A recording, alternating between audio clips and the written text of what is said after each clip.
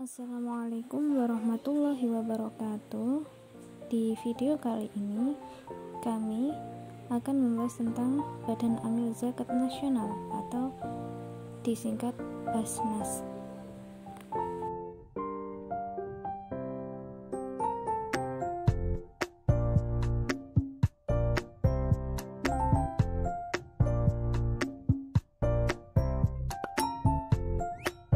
Pembahasan yang pertama yakni mengenai definisi Basnas itu sendiri. Badan Amil Zakat Nasional atau yang disingkat Basnas merupakan badan dan satu-satunya yang dibentuk oleh pemerintah yang mana memiliki tugas dan fungsi untuk menghimpun, menyalurkan, dan mengelola zakat, infak, dan sedekah atau ZIS. Dalam pengelolaannya, Basnas berasaskan pada nilai syariah Islam, nilai amanah, nilai kemanfaatan, kepastian hukum, terintegritas, dan akuntabilitas. Basnas juga merupakan lembaga pemerintah non-struktural bersifat mandiri yang bertanggung jawab kepada Presiden melalui Menteri Agama. Basnas juga sebagai lembaga yang memiliki wewenang melakukan pengelolaan zakat secara nasional. Selanjutnya yakni mengenai jaringan Basnas. Jaringan Basnas sendiri berjumlah 34 Basnas provinsi, berjumlah 463 Basnas kabupaten atau kota, berjumlah 28 lembaga amil zakat nasional, dan yang terakhir adalah berjumlah 23 lembaga zakat internasional. Program Basnas: kemanusiaan, pendidikan, dakwah, kesehatan, ekonomi, pemberdayaan peternak, pengembangan ekonomi, zakat, ekonomi development, Basnas microfinance, dakwah, mu'alaf center, Basnas, kemanusiaan, Basnas tanggap bencana, layanan aktif Basnas, pendidikan, lembaga beasiswa Basnas, lembaga cendikia Basnas, kesehatan, rumah sakit Basnas.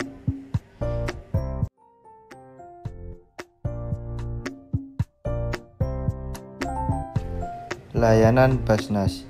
Kalkulator zakat. Kalkulator zakat adalah layanan untuk mempermudah perhitungan jumlah zakat yang harus ditunaikan oleh setiap umat muslim sesuai ketetapan syariah. Kurban online Basnas. Layanan ini diadakan untuk mempermudah masyarakat yang ingin berkurban dari raya Idul Adha khususnya pada masa PPKM saat ini. Rekening zakat. Pada menu ini, masyarakat bisa membayarkan zakat, infak atau sedekah kurban melalui transfer melalui nomor rekening yang telah disediakan oleh Basnas tanpa biaya admin. Layanan pembayaran.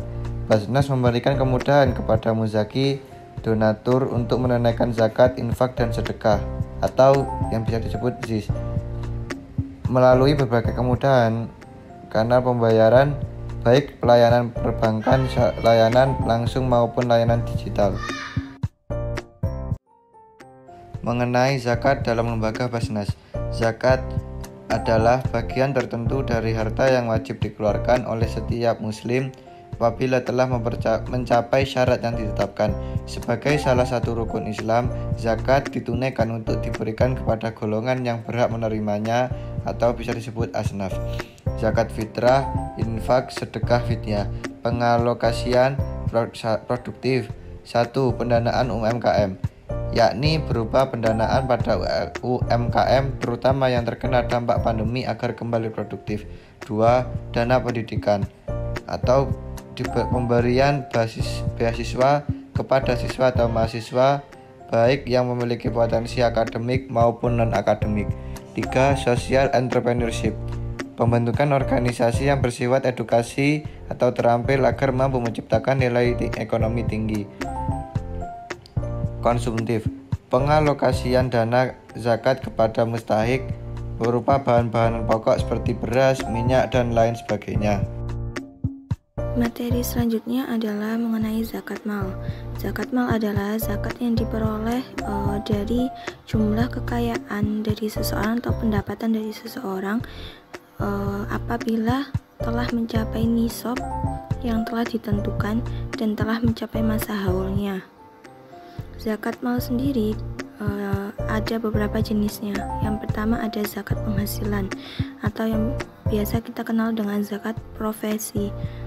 Apabila seseorang sudah memiliki penghasilan yang menentu pada tiap bulannya, maka wajib untuk mengeluarkan zakat mal, yaitu sebesar 2,5% dari jumlah pendapatan yang diperoleh pada bulan itu.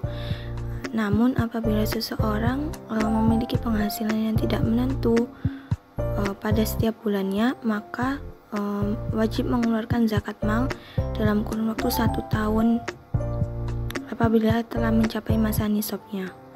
Yang kedua ada zakat perusahaan, ada zakat perdagangan, ada zakat emas dan perak.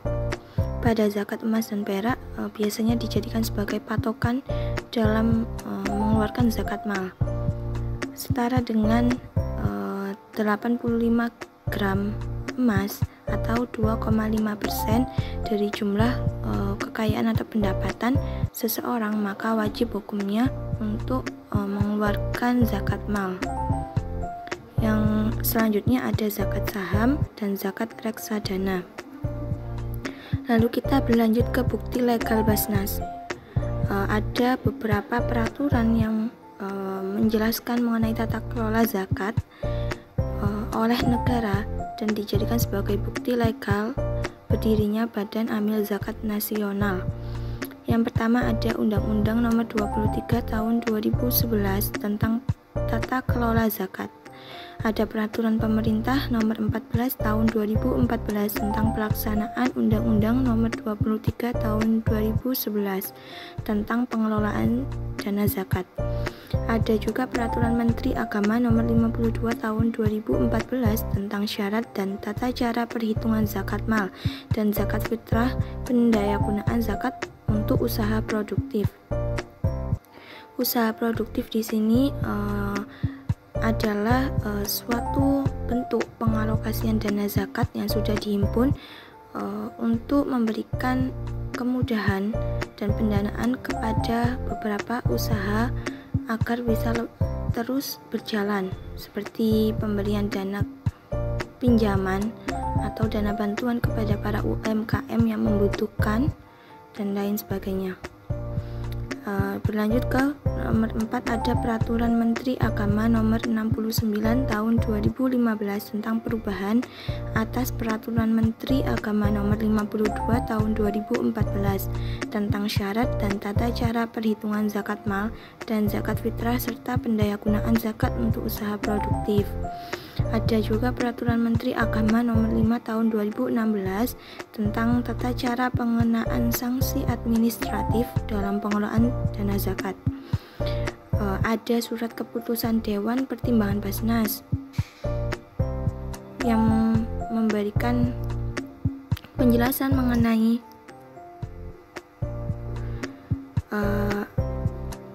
pedoman pengumpulan dan pentasyarufan zakat, infak, dan sodaqoh pada Badan Amil Zakat Nasional. Ada keputusan dari Ketua Basnas yang mengatur mengenai pendapatan atau profesi pada tahun 2016 dan tahun 2017. Di dalam Badan Amil Zakat Nasional terdiri dari beberapa struktur pimpinan. Di antaranya yang pertama ada ketua yang memiliki tugas dan tanggung jawab penuh atas pelaksanaan zakat di Indonesia. Seorang ketua akan dibantu dalam menjalankan tugasnya oleh wakil ketua. Setelah itu ada pimpinan bidang pengumpulan di mana bertugas untuk menghimpun dana zakat dari masyarakat. Dan setelah itu ada pimpinan bidang pendistribusian dan pendayagunaan, memiliki tugas untuk menentukan pengalokasian dana zakat yang tepat sasaran dan tepat guna. Ada pimpinan bidang koordinasi nasional di mana akan membantu pendistribusian dana zakat di Indonesia.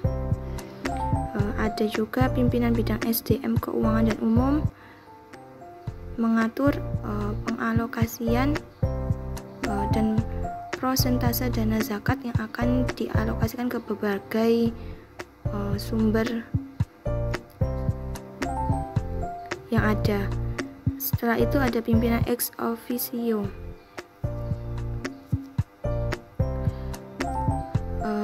Cukup sekian yang bisa kelompok kami sampaikan. Kurang lebihnya mohon maaf. Wa'alaikumsalam warahmatullahi wabarakatuh.